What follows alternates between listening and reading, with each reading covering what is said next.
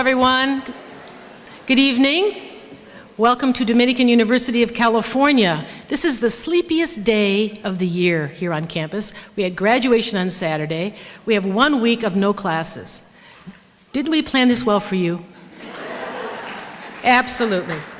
My name is Denise Lucy. I'm the executive director of the Institute for Leadership Studies and a professor of business here, and very happy to be the partner of Book Passage for this lecture series. And I'm wondering if this is your first time to our lecture series.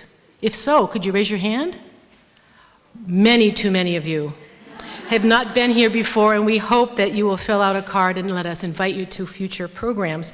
Our Leadership Institute is a leadership development center, and our lecture series seeks to engage our students, our faculty, and our campus community with you around important topics related to leadership across the disciplines. So our Book Passage partnership, this is our 79th lecture together with Book Passage over the last 10 years.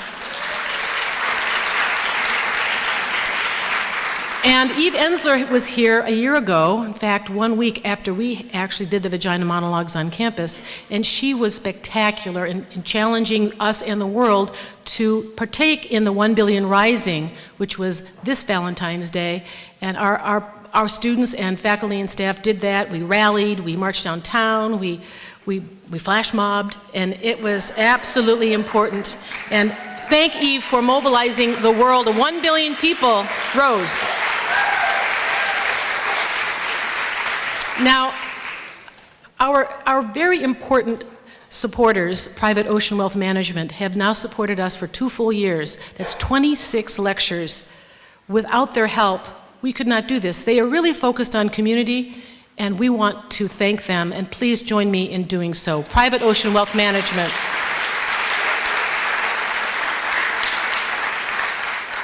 Now, before I introduce Elaine Petruccelli, who will introduce Ms. Ensler, I'd like to just say a thank you to my faculty and staff colleagues who have volunteered their evening tonight to help welcome you.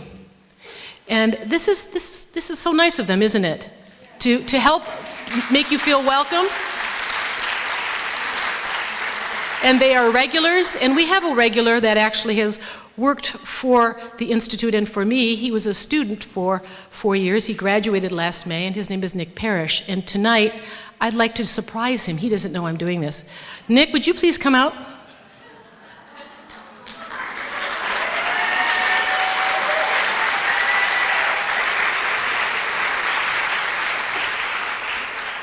I want to publicly thank you for what you've done as a student in support of this institute and of me personally, and for helping us make this program so special, and for getting us tech savvy. And we have something for you.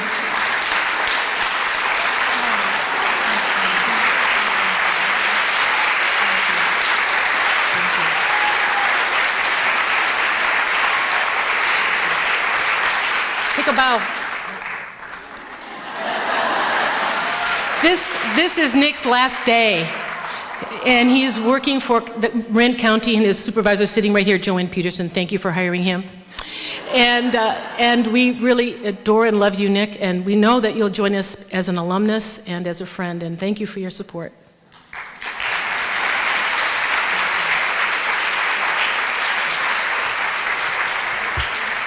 It's my pleasure to introduce Elaine Petruccelli. Does she need an introduction? Not really, but I'm going to do it because no one really introduces Elaine Petruccelli, and she deserves it. She founded Book Passage over 30 years ago. Yeah. And she's developed it into a community center, not just here in Marin and Corte Madera, but also in San Francisco at the Ferry Building. Yes, do please shop there. She has over 700 lecture events every year. Imagine, we do 13 and we're going crazy. She does 700. And many of the unknown authors who have actually spoken in these events at her stores credit her for their fame. And it's just numerous people who have benefited from her support. Book Passage also has classes, French and Italian, and also these cool summer conferences in travel writing, in mystery writing, in children's writing, where her famous authors are the faculty. She's really a remarkable entrepreneur, and it is my privilege to call her our friend, Elaine Petruccelli.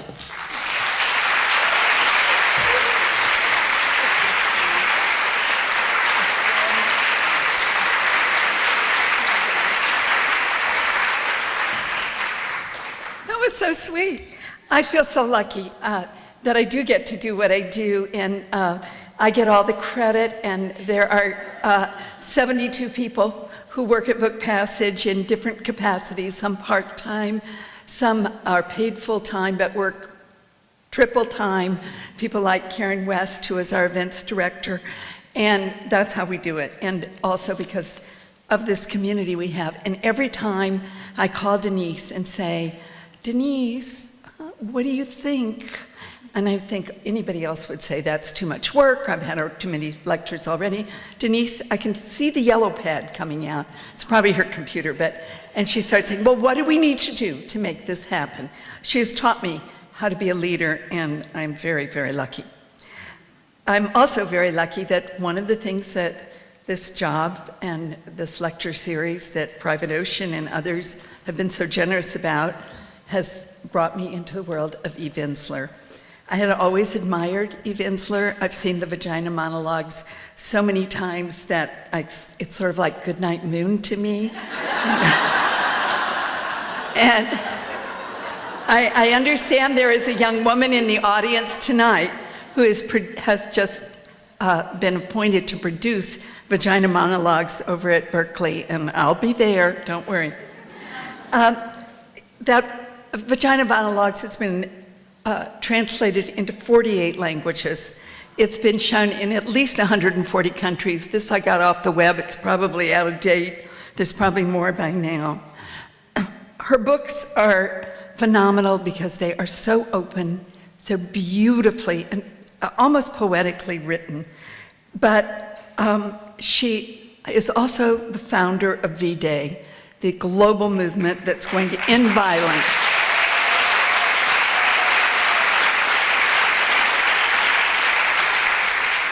V-Day has raised over $100 million over a very short time for grassroots organizations around the world. When you read In the Body of the World, you will get a really close picture of the city of joy in Congo and see how this all works. Last year, when Eve was here, she inspired us all so much that Dominican University did a 1 million rising on Valentine's Day. If you were in San Rafael, you saw the march down the street, the dancing, the joy of it all. It's going to happen again, February 14th, 2013, and that, 2014. And it will happen again and again until we stop violence. I could bore you forever with all of Eve's awards. I'm not going to. I could list all of her books, but my friends out there want to sell them to you so you can go find them. I do have to tell you about In the Body of the World. I picked it up one evening, I got into bed, I thought, I'll read a few pages. I never went to sleep that night. I laughed and I cried a lot. I finally had to get out of bed and pace the floor because this book is so profound. Eve rips off all of the drapes, and we not only see her, but the world, and you are in for a huge revelation. Isabel Allende, who is a friend of Dominican and of Book Passage, and of many of us here, never, ever writes blurbs for anybody's books, and there are authors in this audience who can attest to that. She does it because she doesn't want to say no to anybody, so she says no to everybody. But this book moved her so much that this is what she wrote. She wrote a long thing, but I'm only going to take a bit. She writes as though her heart and body are broken, but her anger is like fire, and the passion of her writing rattles her soul. This is true literature and true activism. Don't miss this book. And we aren't going to, because we are going to welcome Eve Ensler. Thank you.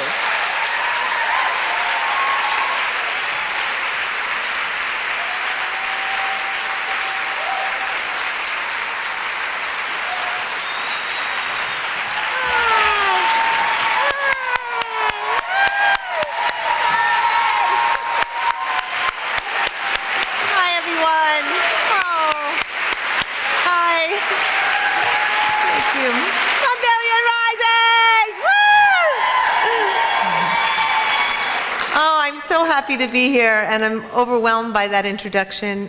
Thank you, Elaine. Thank you, everyone here tonight. What incredible energy, love.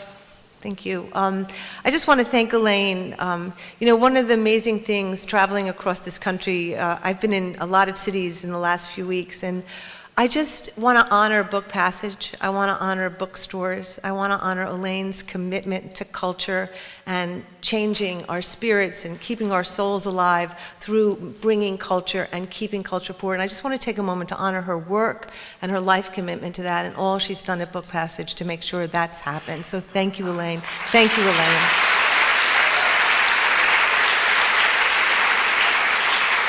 I love this university. I just love it. I had such an amazing time here last year, and I just want to thank the president, who I had the privilege of having dinner with tonight, President Mary Marcy, for her incredible leadership, for building a community that is a web of connection and is about a circle as opposed to a tower. And you can just feel that in everything, in the spirit of this place. And I want to thank Denise Lucy, who is such a leader, who makes so much happen, and she does it with the spirit of so much love and so much commitment and so much tenacity. And just everything that happened here at 1 Billion Rising, I just need to take a moment to thank all of the students and all of the teachers and everybody who made 1 Billion Rising rock here this year. It's unbelievably fabulous. So thank you. Thank you. I just want you all to know that I spent, before I left for this book tour, I spent a weekend, 4 days in a room with all the videos that were starting to come in from across the planet. And there are thousands and thousands and thousands of videos. We really did it. We got 1 billion women and men to rise to end violence against women and dance. We did it. And it's so beautiful. We're going to have a documentary ready in the fall to inspire everybody for next year. But when you see how this energy, and what it was an energy, spread across the planet. And our motto was not branding, expanding, because we're over branding. We're into expanding now. And the idea was to take this idea of 1 Billion Rising and make it yours and bring it into your communities just the way you did here. And when you see women in Bhutan dancing with butter lamps on their heads, and you see women in Mogadishu, in the streets of Mogadishu. Somalian women have never danced in the streets of Mogadishu, the first time in their black chadors and red short skirts with the First Lady of Somalia with them.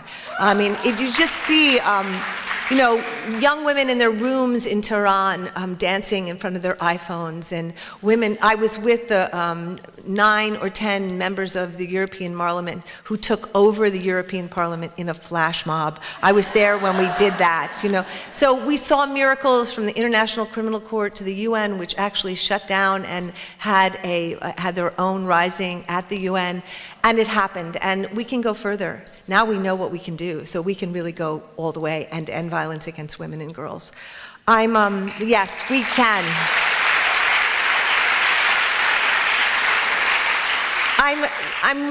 I'm so happy to be here tonight to talk about this new book. And I just want to say a couple things before I begin. This book is the most personal thing I've ever written, and it kind of was the diagnosis of cancer, the treatment of cancer, and then the book, and I thought that was kind of the whole cancer conversion process until I started doing the tour, and then I realized stage 4 was the tour. Because in a way, this book wrote me. It came after the treatment ended, and it was if my body had imprinted everything upon it that I had gone through, and then when it was over, it all just wrote itself in this very, like a fever. But I don't think I realized what I had written until I started reading it on this book tour, and it was a bit startling. It's made me much more open and porous than I had bargained for, but then I realized that was the point of the book. So I want to say that I feel very, very, very, very, very privileged to be standing here tonight. I feel very, very, very privileged to be alive. And I don't take that lightly. I realized that I had the privilege of having medical care that 90% of the world doesn't have, that kept me alive. And I have gratitude the size of the sky for life. And I want to say that before I begin. So, with that, thank you.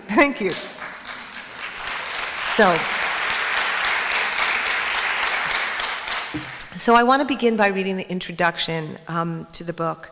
The book is done in a series of scans, as in CAT scan, because I became obsessed with CAT scans because I was having so many of them.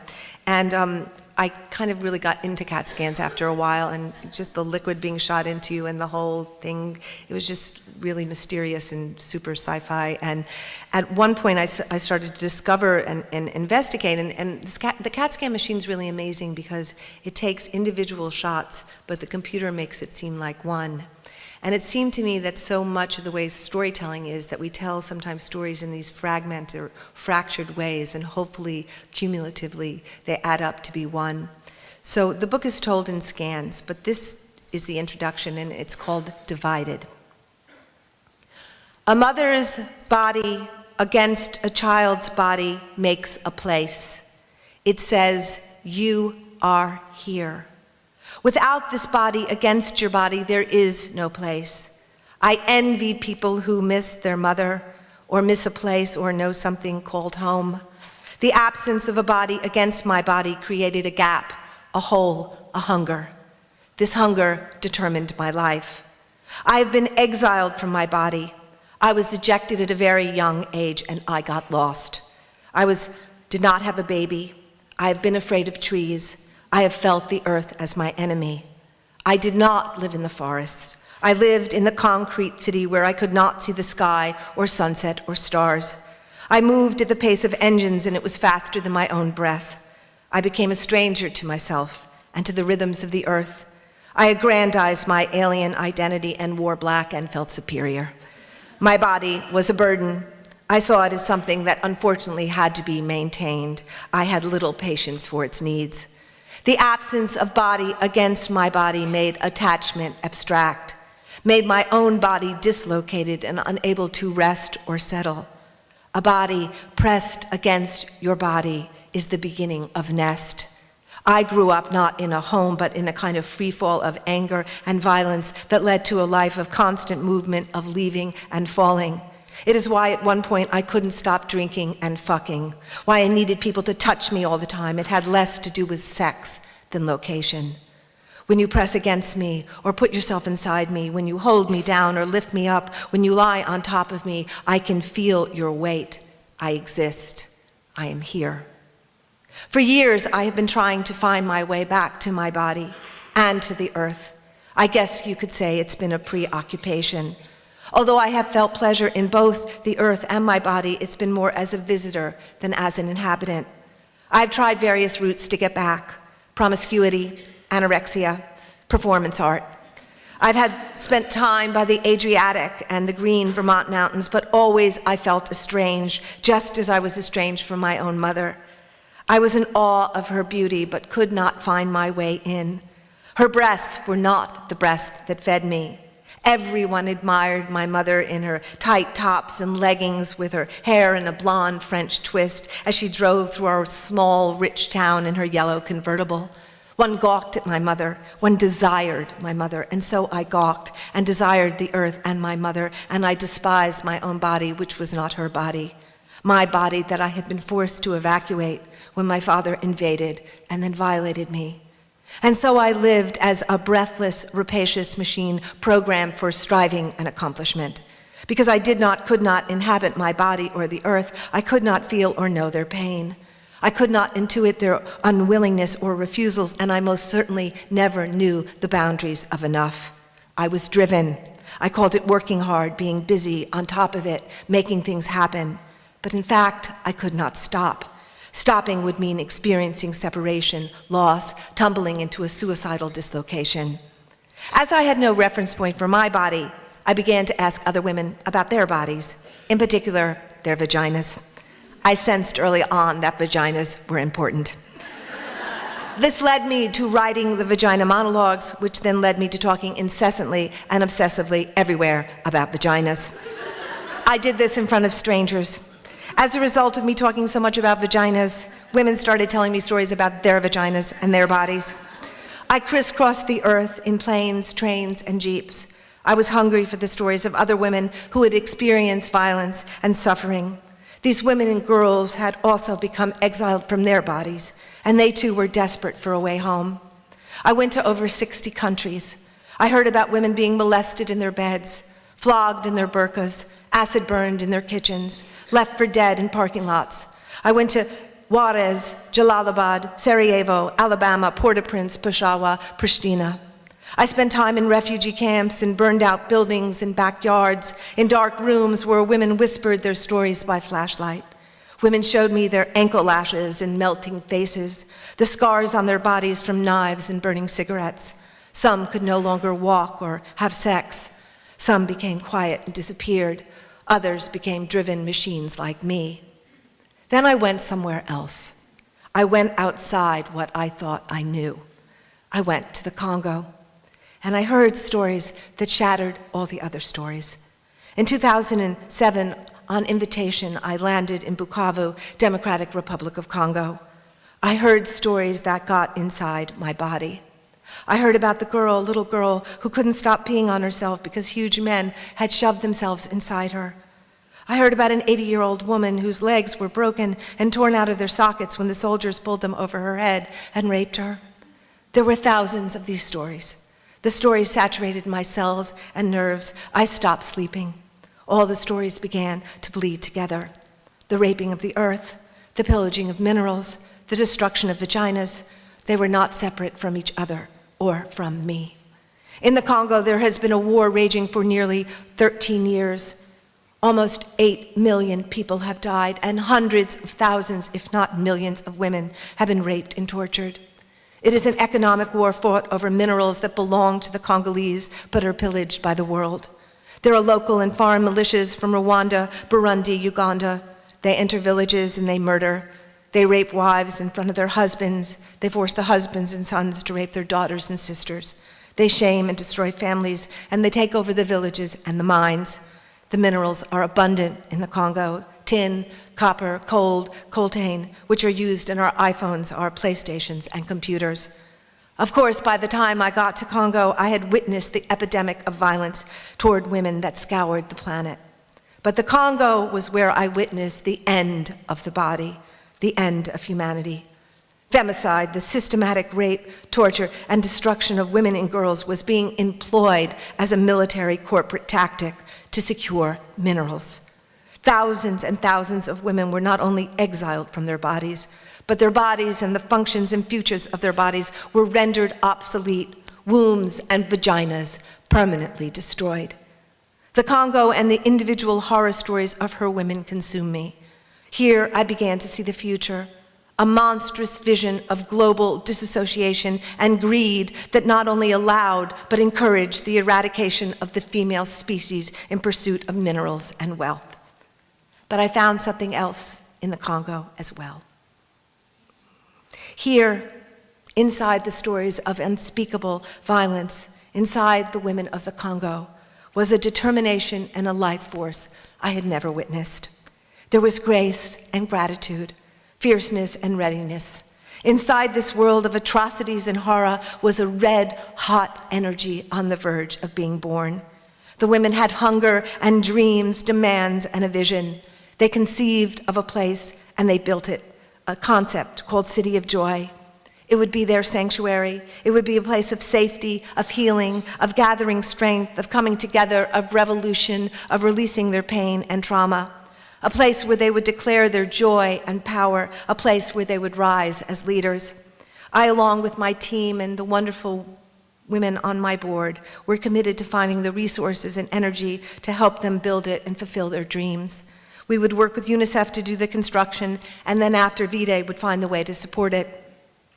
The process of building was arduous and seemingly impossible. Delayed by rain, lack of roads, no electricity, corrupt building managers, poor oversight by UNICEF, and rising prices. We were scheduled to open in May, but on March 17, 2010, they discovered a huge tumor in my uterus. Cancer threw me through the window of my disassociation into the center of my body's crisis. The Congo threw me deep into the crisis of the world. And these two experiences merged as I faced the disease and what I felt was the beginning of the end.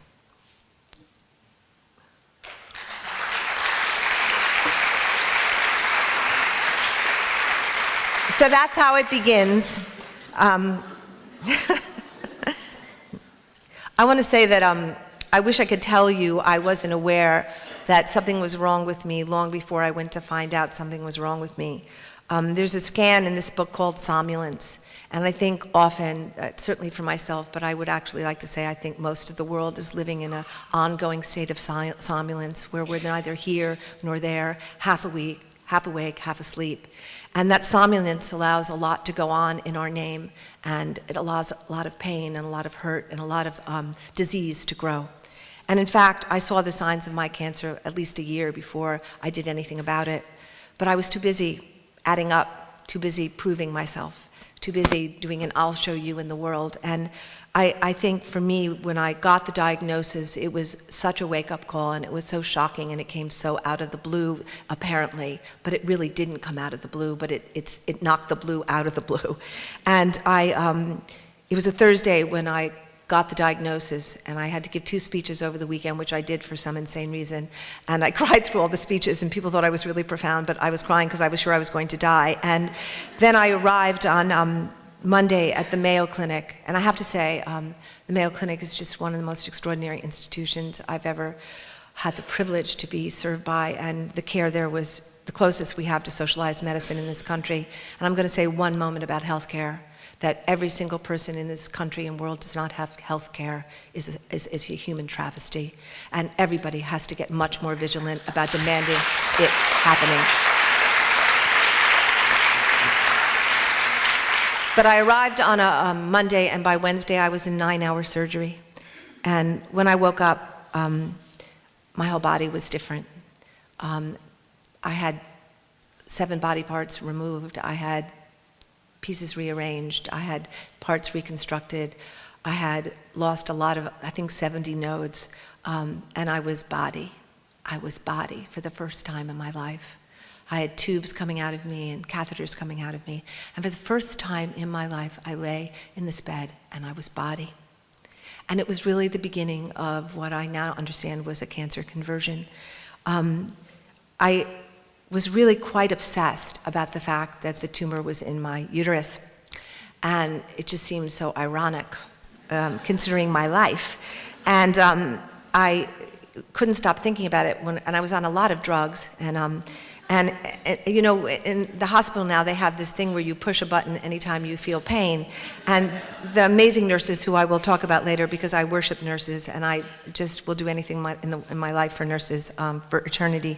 But they would come and they would say, "What's your pain, Eve?" Because they all had those accents. "What's your pain?" And I would say 8, because it always sounded like a good number, and I knew I could get the drugs. And so they would say, "Okay, 8 is good," and I would hit the thing. And I want to say that in this period of being completely drugged on oxycodone, I was obsessed about my uterus. And so I'm going to read you from a little scan, which is called Uterus Equals Hysteria. What is most pressing now is why cancer in my uterus. Uterus, a hollow, muscular organ in the pelvic cavity of female mammals in which the embryo is nourished and develops before birth. I try to imagine my uterus accommodating this tumor the way it might have once held a baby. I almost had 2 of them, babies. Is there a point to a uterus if you do not make a baby? Was the tumor a way of growing something? Was I growing a trauma baby? I remember years ago when I was going through a period when I seemed to be sick all the time, a shrink friend saying to me in that knowing and slightly patronizing, sorry for me kind of way, "You somatize, Eve, you do. You somatize." It was one of those words like individuate. I had to look it up. Somatize, how the body defends itself against too much stress, manifesting psychological distress as physical symptoms in the stomach or nerves or uterus or vagina. I read that women who had suffered physical, emotional, and sexual abuse tended to somatize more. It turns out that somatization is related to hysteria, which stems from the Greek cognate of uterus. Uterus equals hysteria. They always called me hysterical in my family. Extreme feeling, intense, Sarah Bernhardt. But what is extreme? Again, it depends on 10. I mean, what would be the appropriate level of emotional response to someone beating you daily, or calling you jackass, or stupid, or molesting you? What would be the non-hysterical response to living in a world where so many are eating dirt and swimming in the sewage system in Port-au-Prince to unclog the drains and find plastic bottles to sell? What would be the appropriate non-hysterical response to people blindfolding other people and walking them around naked on leashes, or watching waving people being abandoned on rooftops in a flood? What would be the proper way to experience these things? Hysteria, a word to make women feel insane for knowing what we know. A word that has so many implications: hysterical, out of control, insane, can't take her seriously, raving. Hysteria is caused by suffering from a huge trauma where there is an underlying conflict. So what was my conflict? Loving my mother and father, betraying my mother when my father molested me, wanting my father all to myself even if it hurt my mother, witnessing and hearing the most horrific stories in the world inflicted on women's bodies and being unable to stop it in spite of every effort, wanting to fall in love and being totally unable to trust, hungering for connection and always finding it claustrophobic. What doesn't cause or produce conflicted feelings? What isn't traumatizing? So does removing my uterus mean they have removed my hysteria? I don't feel any less hysterical.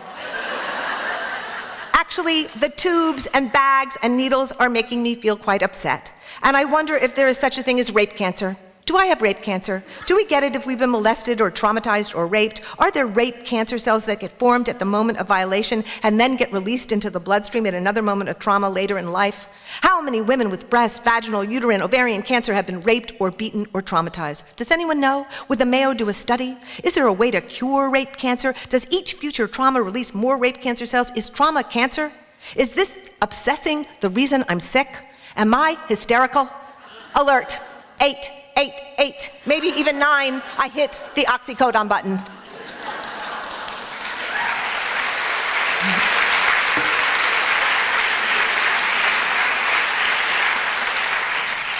So after Mayo, I went back to New York and began a whole another journey, stage of the treatment. I was pricked and ported and I was body. When I got back to New York, I got very, very sick. And I got an intra-abdominal affection which occupied my entire gut. And they had to begin to take things and shove things into me and drain me at Sloan Kettering, which was a very different place, which was not a place of care. And it was very traumatizing. At the moment as this began, it was the exact same day as the BP spill in the Gulf of Mexico. And it was really quite bizarre what began to happen, because I couldn't get out of the Gulf. Do you remember that video cam of the oil gushing? I couldn't stop watching it. I realized I had other options, but I couldn't stop watching it.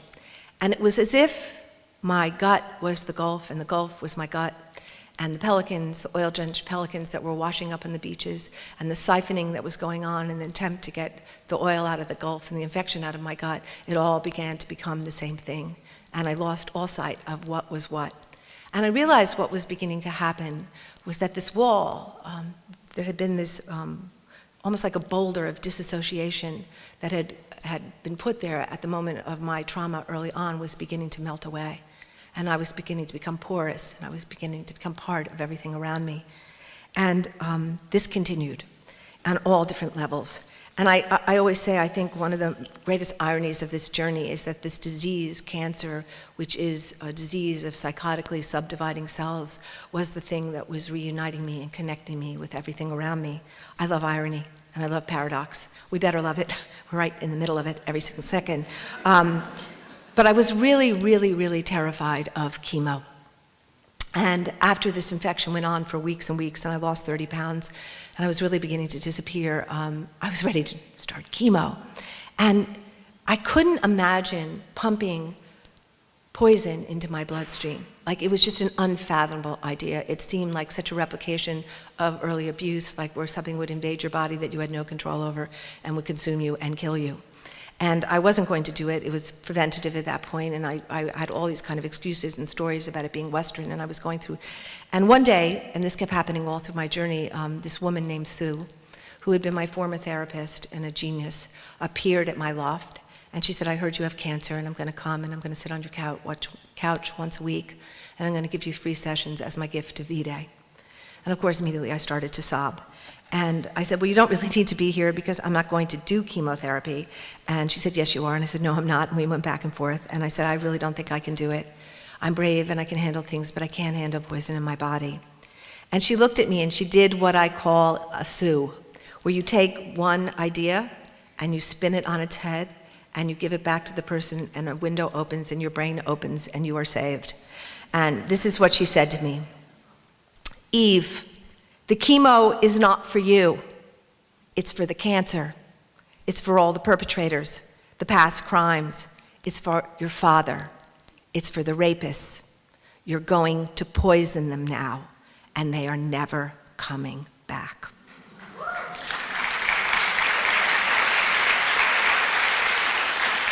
Chemo will purge the badness that was projected onto you, but was never yours.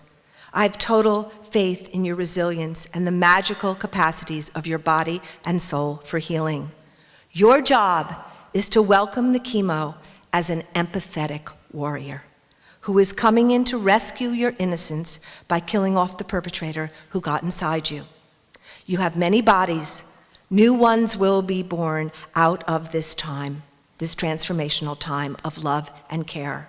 When you feel nauseous or terrible, just imagine how hard the chemo is fighting on your behalf and on behalf of all women's bodies, restoring wholeness, innocence, and peace. Welcome the chemo as an empathetic warrior. I could not wait to get to chemotherapy. It was amazing, and I want to say, I think how we frame things completely determines our experience. I went each treatment for 5 hours and had chemo pumped into my bloodstream. And every hour, every minute that I sat there, I imagined something from the past that I wanted to burn away. Images of my childhood, images of stories I had heard around the world. I let the cancer burn in me and burn and burn and burn in me. And it went on for months. And I have to tell you, it worked. It worked. And I've been talking to a lot of oncologists about how we begin to reframe the chemo experience as a transformational experience. And we begin to get midwives and we begin to get spiritual people in transformational suites instead of infusion suites. And we call it transformational juice. And we begin to see how we can burn off our past. It was an amazing experience. And during those burning months, a lot of incredible things began to happen. I just want to go back a second because during the infection period, I was really sick and I would become very, very lethargic and unable to function, and I would pass out and I would have to go back into the hospital. And at one point I had to go back into the hospital and it was very close to my birthday, and my sister spoke to my mother, who was actually dying and began to die during my chemo, about getting me this room. And I had this private room and I felt very spoiled, but it was this amazing room. And only thing in front of me was, out the window, was a tree. Now, I want you to know my history with trees was not good. I was very alienated from nature, and I had gone to school in Vermont, and as I drove to New York City, my last day, I said, I hope I never see another fucking tree. That was what came out of my mouth. So you can see how separated I was. I sat in this bed, or lay in this bed, and outside the window was this tree, and I thought, I will go out of my mind. I couldn't write, I couldn't work, I couldn't talk, I couldn't do anything but look at the tree. And on the first day, it was a little strange. And on the third day, I began to see the tree. And on the fourth day, I began to take in the tree. And on the sixth day, I fell in love with the tree. And I began to see branch.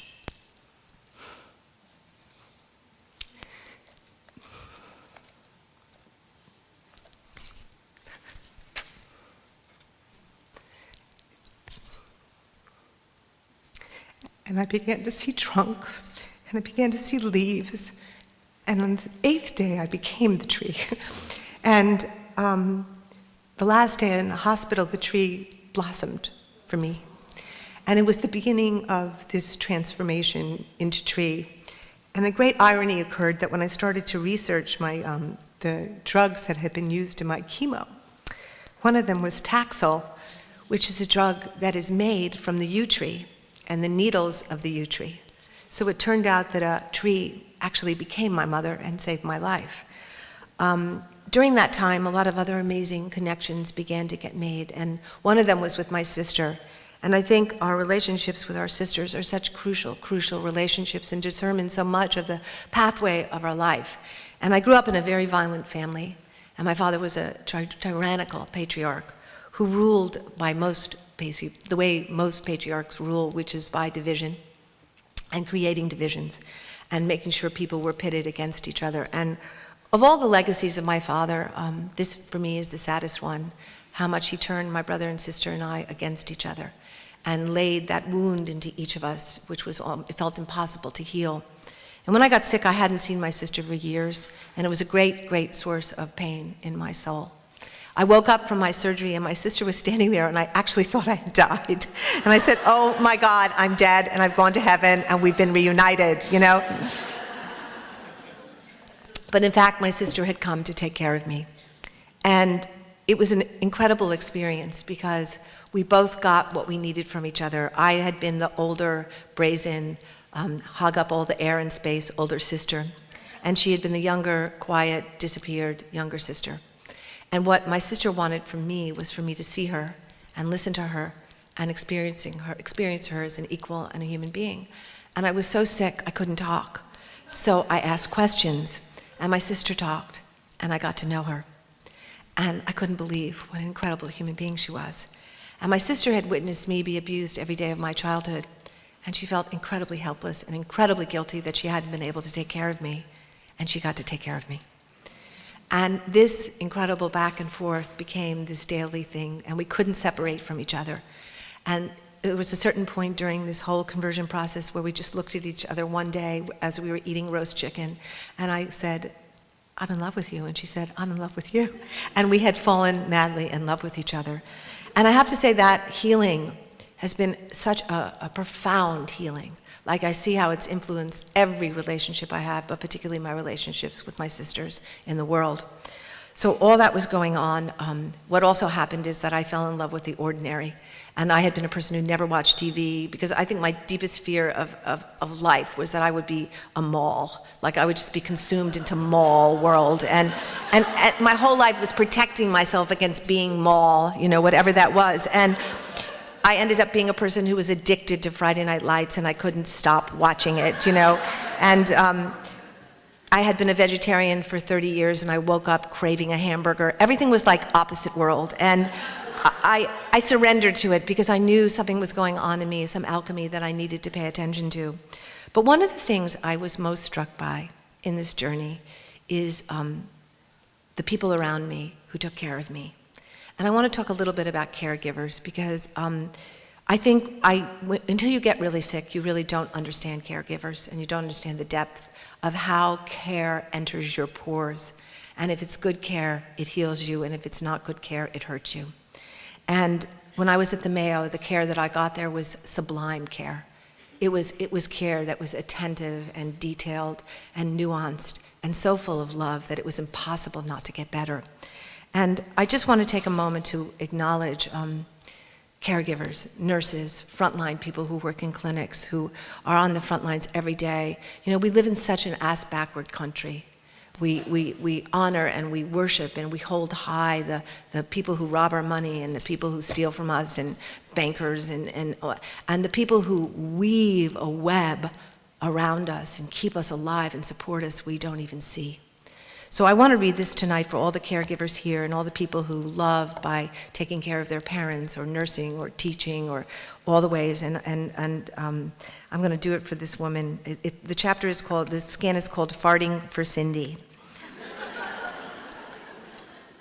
And by the way, Toast is a person named Tony who's with me and travels with me and has been with me as my everything, my friend, runs my life, and he just was by my side every minute of my illness, and his name in the book is Toast, and Lou is my sister. Toast and Lou circle my bed as if their quiet moving back and forth will stimulate my bowels. The takedown's over and the bag is gone.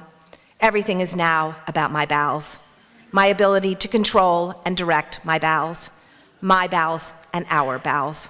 I am on the fart floor, or the colon post-op floor, or the floor of missing bags.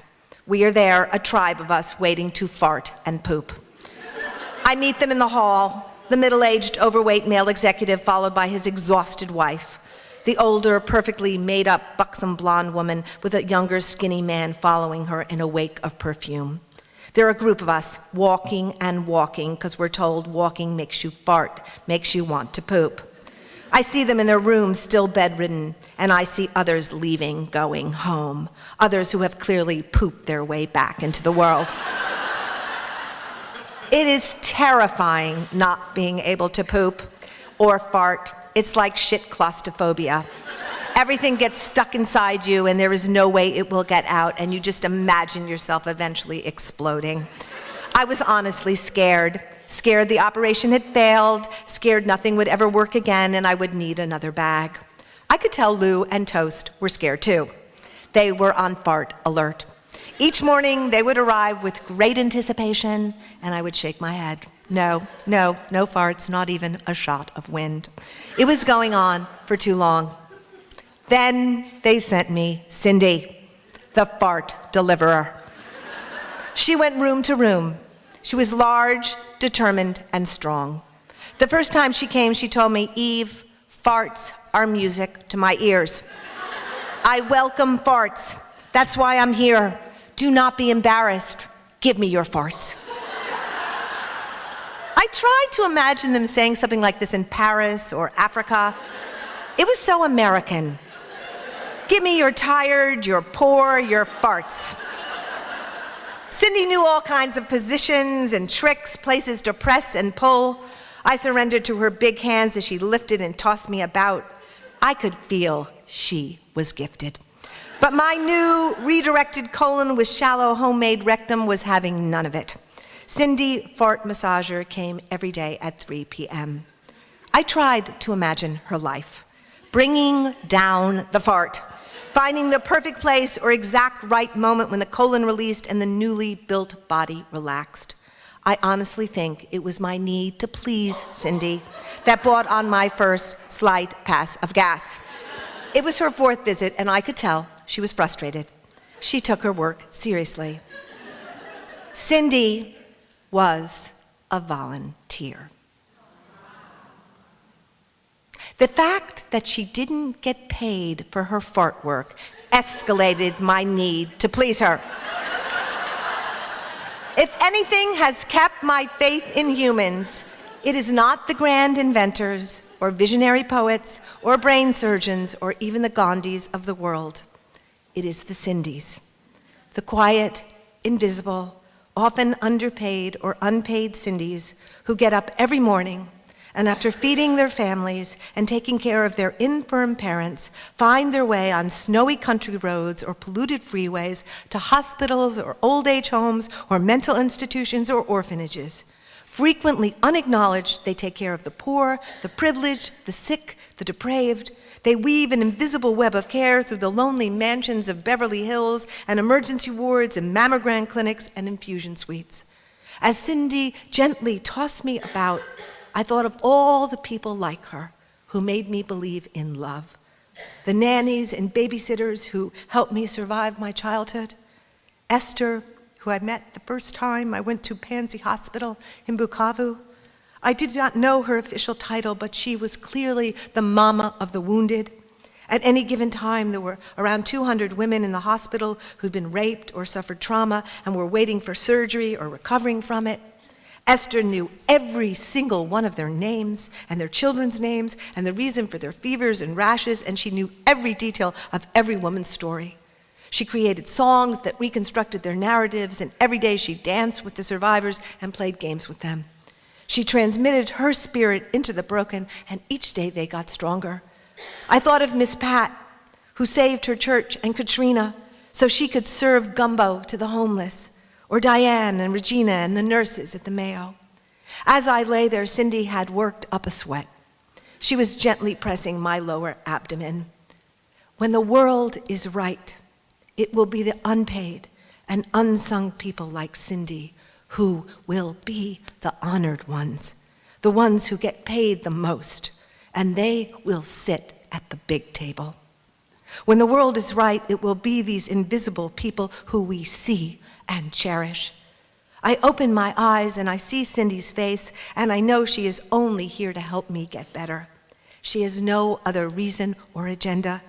She is so concentrated and so kind, I get seriously choked up and this distracts me, and suddenly, out of nowhere, there's a little pop, a breaking out of what is undeniably a fart.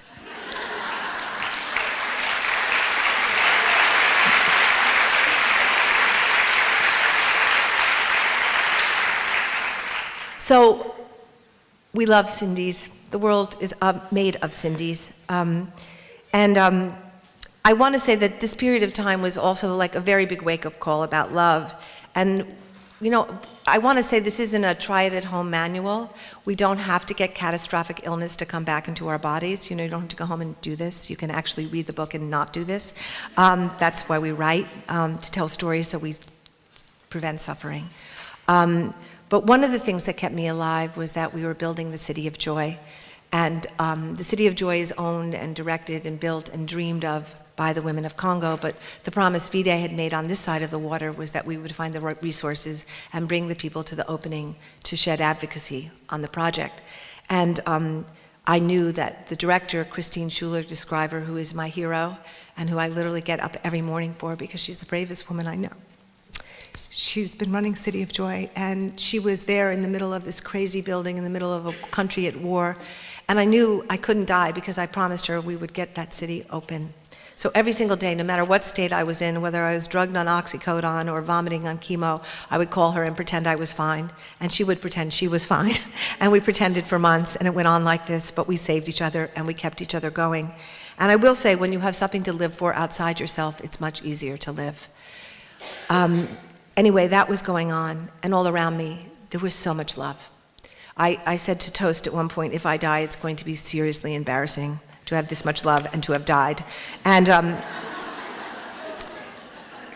I had a revelation in the middle of all this one day, and this scan is called A Burning Meditation on Love, and I wanted to share it tonight.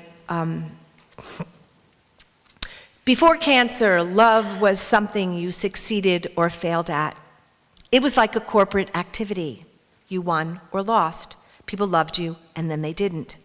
As with trees, I had missed the point.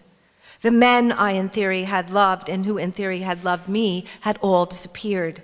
After years of involvement, not one found his way to my loft during those long, burning months. I received a 2-line email from my first husband of 15 years, a card from a partner of 13 years, and no word from another lover of equal duration. Later, I heard he was insulted I hadn't reached out to tell him I had cancer. No blame, really, just the facts. I had failed at love, or at the story I had bought about love. As I rode my burning body down to the bottom of the world, I passed through the ghosts and the glories of those love affairs, the hideous moments and the tender ones. Honestly, not much remained. No resentments, no longings, and that was most painful. To think that at 56 I had come to this, no lover, no mate, and no nurturing memories. Despair burned in me. There were days when the leaves of my romantic failings made a bonfire inside me. The story I had been living about love was now clearly over. The landscape was charred. There was no way forward or back. While this fire raged in me, some other alchemic dance was happening all around me. I couldn't see it at the beginning. It was MC cooking me soft-boiled eggs at 5 a.m. to calm my stomach. It was Amy, who I hardly knew, stopping by unexpectedly to rub my feet. It was Nico coming from Italy for an entire month and turning my loft into a summer ashram. It was Nico shaving my head with a pink Bic razor. It was Avi and Naomi showing up with pajamas and Bolivian quinoa. It was my granddaughter Coco packing my suitcase the night before I would go to see my mother for the last time. It was my sister showing up with bad DVDs. And it was Toast, always there with the devotion of Kent and King Lear, who gently kept me engaged and fighting, always there, never wavering, never complaining. This daily, subtle, simple gathering of kindnesses stretched out across the chemo days and months was, in fact, love. Love. Why hadn't I known this was love? I was always reaching for love, but it turns out love doesn't involve reaching. I was always dreaming of the big love, the ultimate love, the love that would sweep me up my feet or break open the hard shell of my lesser self, the love that would bring on my surrender, the love that would inspire me to give everything, the love that, as I lay there, it occurred to me that while I'd been dreaming of this big love, this ultimate love, I had, without realizing it, been giving and receiving love for most of my life. As with the trees that were right in front of me, I had been unable to value what sustained me, fed me, and gave me pleasure. And as with the trees, I was so busy waiting for and imagining and reaching and dreaming and preparing for this huge, big love that I had totally missed the beauty and perfection of the soft-boiled eggs and the Bolivian quinoa. So much of life, it seems to me, is in the framing and naming of things. I had been so busy creating a future of love that I never identified the life I was living as the life of love, because up until then I had never felt entitled enough or free enough or honestly brave enough to embrace my own narrative. I had secretly gone on ironically and created the life I must have wanted, but it had to be covert and off the record. Chemo burned away the wrapper, and suddenly I was in my version of life. Thus began the ecstasy, the joy, the pure joy of a spiritual pirate who finds the secret treasure.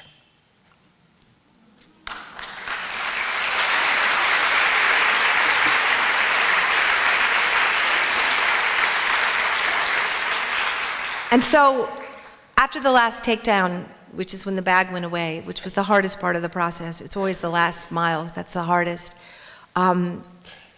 I went back to the Congo for the opening. And I want to tell you a wonderful story. You know, the doctors at the Mayo, who were my doctors, were originally not my doctors. They were people I was working with because Dr. Denis Mukwege, who is one of my just my spiritual leaders because of the work he does in the Congo and the commitment he has to the women of Congo and that he's given his life. He's an OBGYN on the front lines of sewing up women as fast as the militias are ripping them apart. And literally 4 months ago, there was an assassination attempt on his life, and they killed one of the closest people to him, and he had to leave the country, but he's back. I was just with him in February, living essentially in a barbed wire cage at the hospital with 7 bodyguards every time he goes out. And he doesn't leave because he's there for the women of the country. And he's an extraordinary person. Anyway, I had met the doctors at the Mayo Clinic long before I got sick, and they had heard about Pansy Hospital, and they were planning a trip to go and support Dr. Mukwege, and I was the activist helping them do it. And when I got sick, I called them, and they told me to come right away, and they became my doctors. So when I went back to the Congo, for the first time after I was sick, they came with me. And my surgeon operated on the women at Pansy Hospital, which was just an amazing thing. And when I went back, I was 30 pounds lighter, and I had no hair, and I was temporarily incontinent, and I was very much in a similar state to many women at the hospital, because when women are raped, they get something called fistula, where they're not able to, where they're incontinent, essentially. And when I got back, the women looked at me, and there was nothing to say. They knew, I knew, and so of course what they did was starting dancing, because that's all you can do in moments like that. And we started to dance, and it was an incredible moment for me, because I was ground zero. My body was I was in my body, and I was in the body of those women, and I was just in the body. And we danced, and I think it was in that moment when I really understood what 1 Billion Rising could be, because I saw the power of dance. I saw the power of women's bodies able to transform suffering into joy, to transform pain into power, to transform what is absent into what is whole. And we danced and we danced and we danced, and I want to tell you that City of Joy did open. We just celebrated our 3rd graduating class. There are 90 women there at any given time. They come for 6 months. It's the most beautiful place in the world, as far as I'm concerned. There's bougainvillea that's thick now. There's roses taller than I am. There's bunnies and sheep and goats. And women come, and they are in incredible group therapy where they're healed, and their stories are able to be expressed, and their souls are nurtured, and they're trained in everything from computers to agriculture to civics to rights, and then they go back and they become amazing leaders and forces of change in their communities. And we're already seeing like unbelievable things happening where women have started cooperatives and are standing up to the government and are building restaurants and are changing their families. And all these women are 15 to 30, and they are the future of the Congo, and they are going to rock that country in a few years. So it's really incredible what's happening.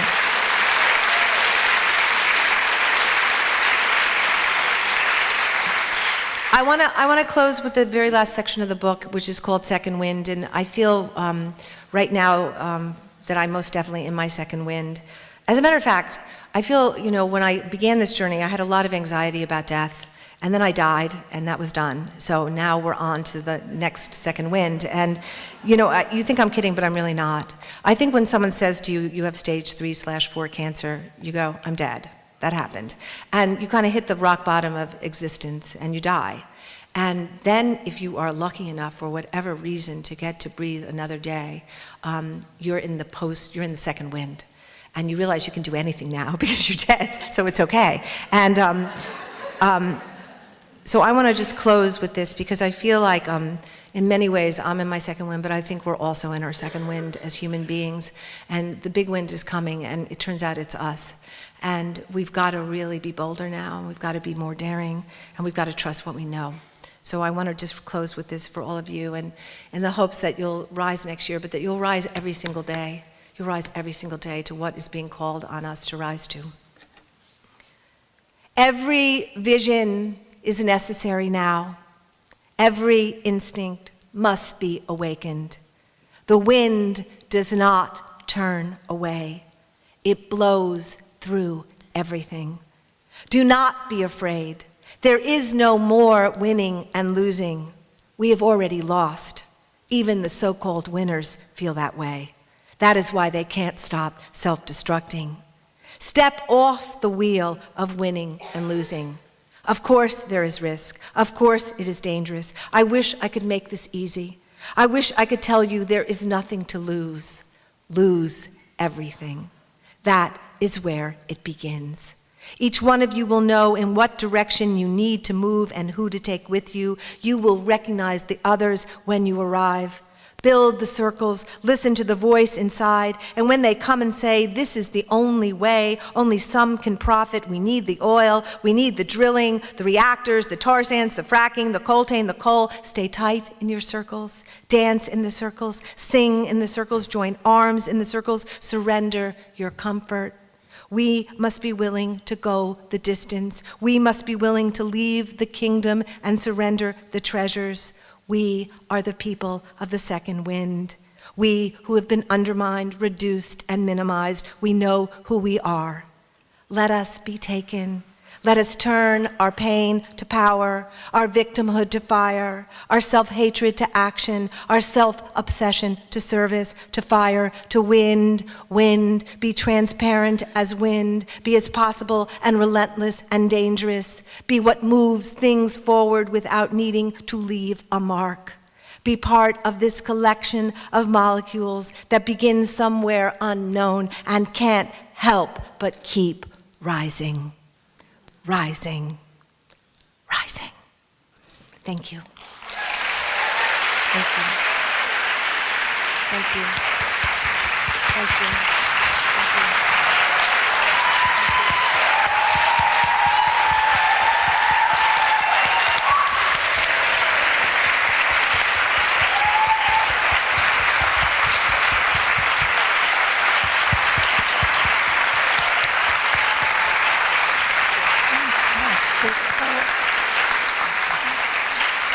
Privileged.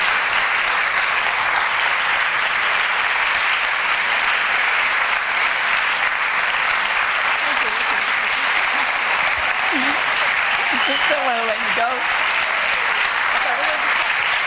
It feels like we don't need them.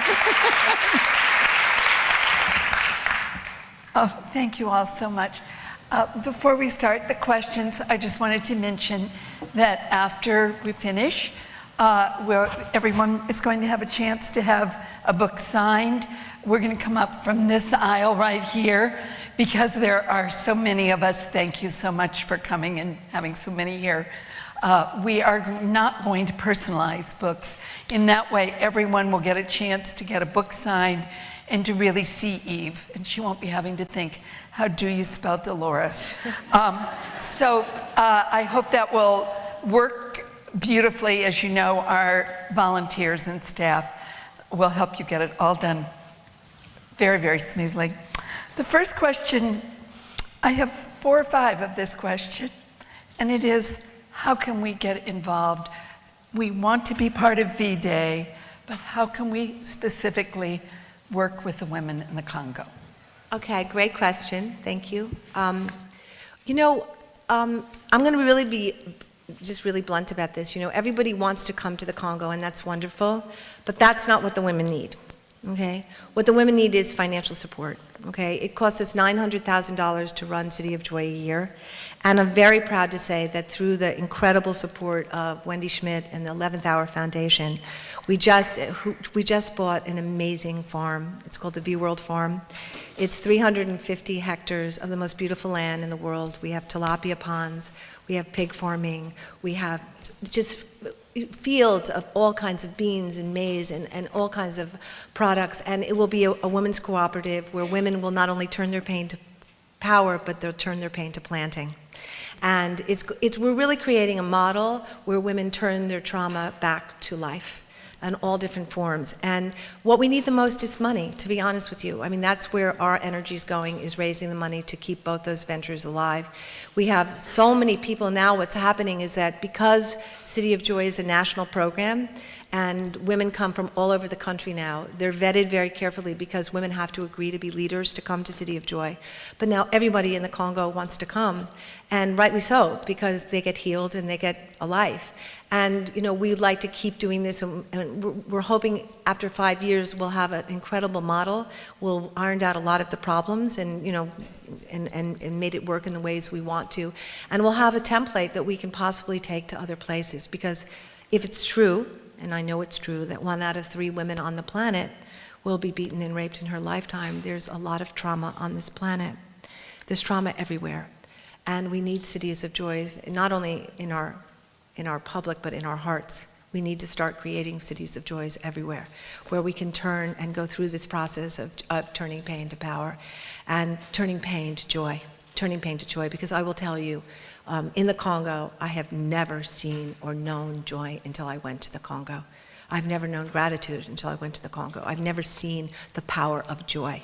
And so you can help us by raising money. And what we have is something called the Circle of Joy. And there's a lot of people who have joined it, and they've made commitments, like 3-year commitments. But you at the Dominican University could start your own Circle of Joy, where you do regular commitments to raise money for the Congo, or for V-Day in general, because we're supporting lots of programs around the world. Thank you. I have a couple of questions I'm going to put together about rape. And one person very succinctly said, every time I open the paper, I read about rape in the military, rape by clergy, rape in the home. How can this continue to go on? Why aren't the international organizations doing anything? And how do we get these people to stop doing this? Good question. This is what I think. I think 2 things are going on.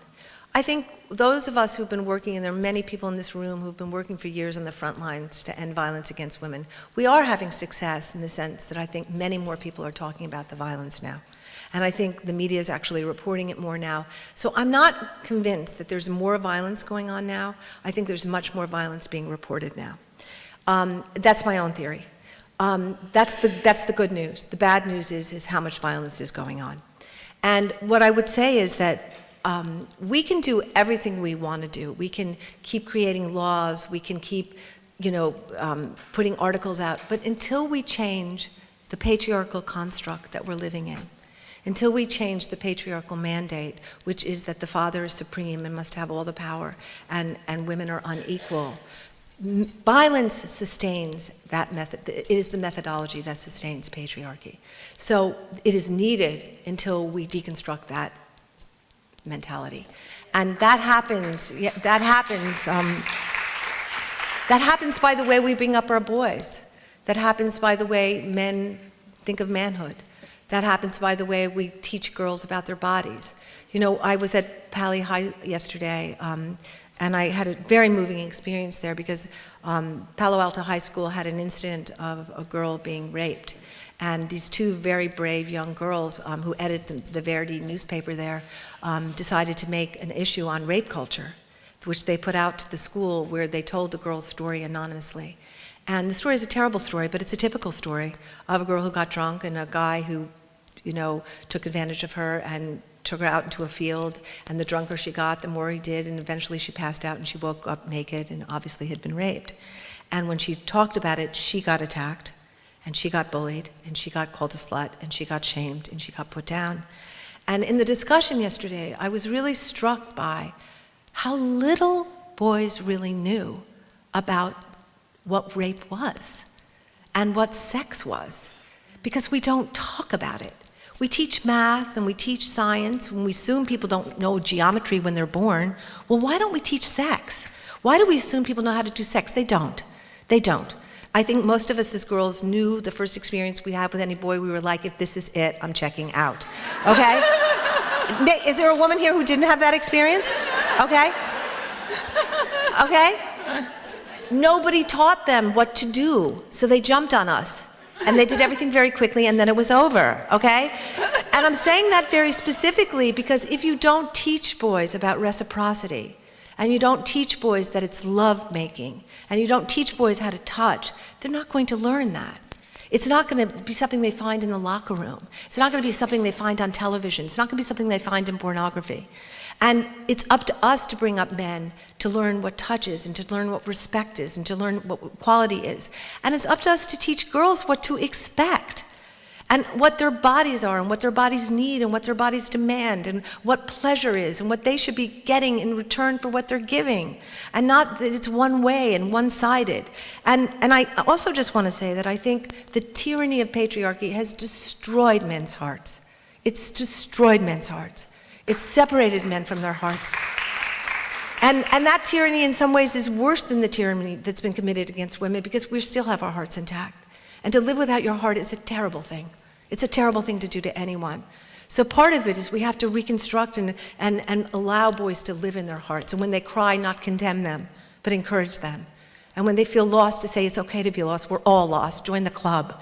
And not to pretend like you know where you're going when you have no fucking idea where you're going, okay? Because we don't know where we're going, and we all get to be lost together, and nobody has to pretend anymore. But part of that is that's the work, and there's so much other work that we can do, but it begins in our homes, it begins in our hearts. That's where it starts. You know, that's how we'll end rape culture. That's how it will end. When we don't need the father any longer to dominate us and oppress us and hold us and mute us and silence us, but where the father comes down and is joined in the circle. So we get to be together in this journey. I think we should stop. I think that is a perfect ending, and I hope as you come through and have your book signed. Thank you, everyone, and I hope you'll rise amazing next year. experience. Please rise. Thank you. Thank you. It's fantastic. Oh, you are amazing. Thank you. They're going to take a minute to bring